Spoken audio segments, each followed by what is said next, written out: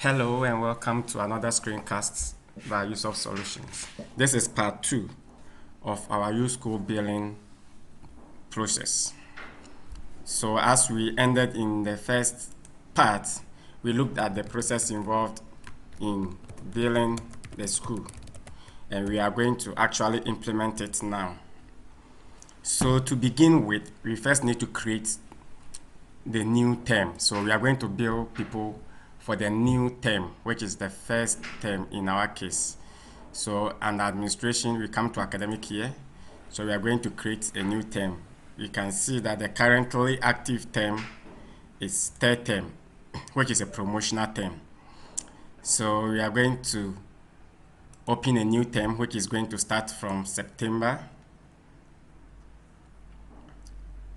9th to December 19th, and this is going to be first term. So we have the 2019-2020 academic year, and we're going to spend 63 days in this term. So once I set this new term, it closes the current term of third term and then creates a new term. So when I save this, as we can see, the third term is closed, and now the active term is first term. So to prepare our bill, we come to bill management, then the manage bill items. Here is where we have the list of all the items that we will need in our billing. If there is the need for any other item, we can add it. So we have school fees, admission, uniform, textbooks, and all that. Currently, we think we have all that we need, so we'll go ahead straight to the billing. So from the billing, we come to prepare bills.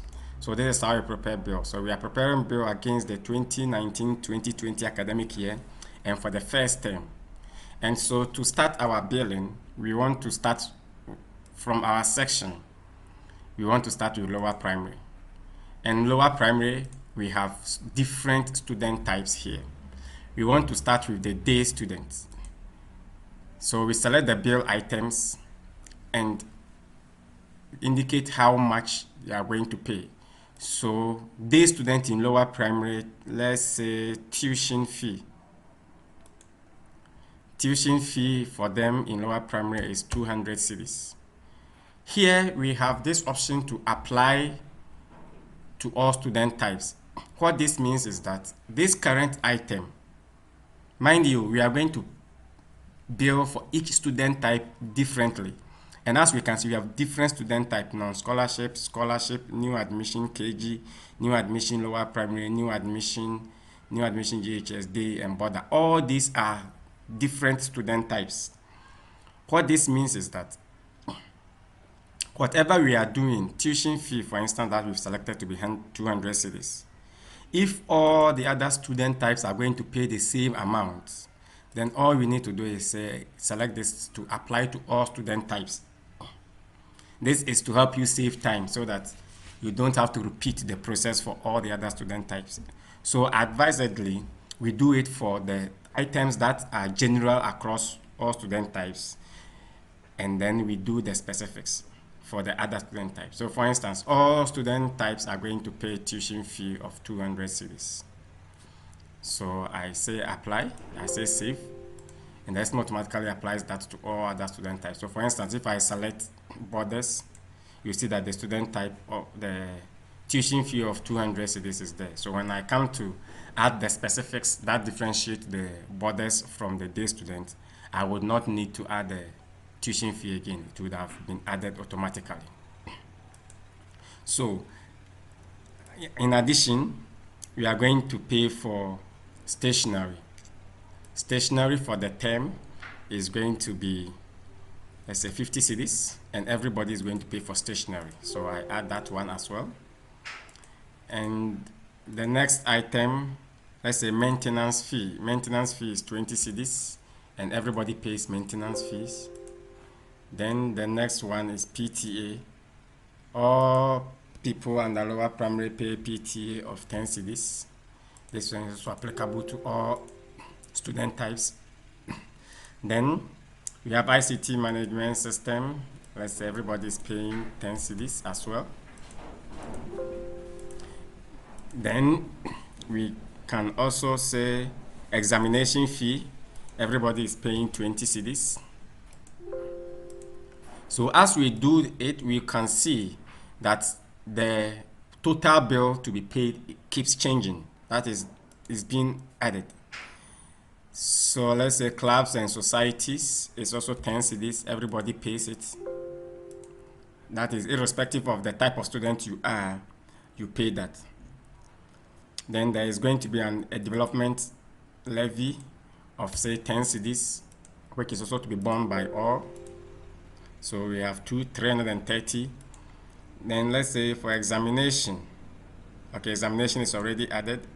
Let's say extra classes of 20 cedis, which is also going to be paid by all. So let's say we are done. This is the bill items that go on to the bill for day students. So they are paying 350 cedis. We can see that we have same for borders, which is also 350 cedis. But for the borders, there is an extra that they may pay. For instance, you can choose whatever name you would want to call it. Okay, I don't have it here. So let's say there's going to be boarding fees. So it's not in the list. So I'm added to the bill items and say there's going to be boarding fees to be borne by borders. This one is specific to borders. So when I come to prepare bill, lower primary, I select day student, the 350 is there. When I select borders, now the distinguishing feature, what distinguishes the borders from the student is the extra fee they pay, which is the boarding fees. So let's say they are paying 400 cedis as boarding fees for the term. And I'm not selecting apply to all students. This is applicable to only borders. So I save, and we see that the bill for borders is increased and it is 750, and that of day students is 350. For instance, when I come to scholarship students also, scholarship students are paying 350, but you can see that this is inclusive of tuition. Normally and ideally, scholarship students do not pay tuition.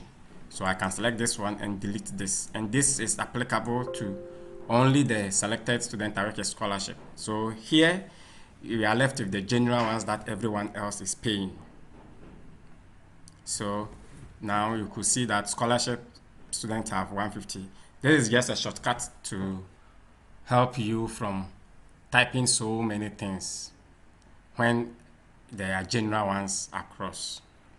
So you can see that new admission is there. This is admission for KG, not applicable. New admission lower primary. So you see that new admission lower primary is also having the same bill, but obviously there's also a distinguishing feature that new admission pay. So new admission lower primary, we are going to say they are going to pay for uniform, which is 80 cedis. This is also additional one for the new admission. They're also going to pay admission fees of 100 cedis. So they also have a different component adding up to their fees. If there is any other thing new admission students pay, let's say new admission students are paying a library fee of 20 cedis, we can add that up. So automatically, when we put students in these two different types, they inherit this bill. So you go ahead and prepare same for all the other student types in the various sections. So as can be seen, we have done the billing for all the other student types and for all the other sections. So as you can see, as I select the various student types, you can see the bills that have been prepared for the various student types. So now it's time to go in and apply this bill to the students.